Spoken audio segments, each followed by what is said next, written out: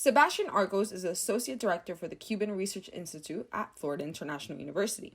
Here he works on examining U.S. and Cuban relations and sat down to talk about what this latest restriction entails. This latest batch of restrictions is specific for charter flights. It eliminates charter flights to airports other than Havana, and it reduces the number of flights to Havana to 9 flights every day. According to Arcos, the restriction is part of a policy President Trump announced back in 2017, but wasn't implemented until 2018.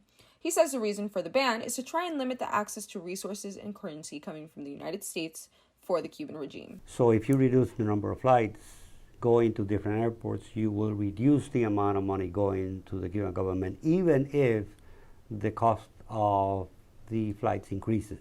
Most of the travelers going from the United States to Cuba are Cuban-Americans. So this is definitely going to affect them before anybody else. Anya Rosa Alcazar is one of these Cuban-Americans who will be affected by the restriction. Because we still have family over there. We still have family that we want to go see and go take things to. Alcazar, who is from Holguin, a city located in the lower east side of the island, says that the travel conditions are difficult and to get there from Havana by car could take more than 9 hours. She believes this ban will do more harm than good and hopes the Trump administration will reconsider this costly decision. Like, it just made it harder and more expensive for us to be able to go.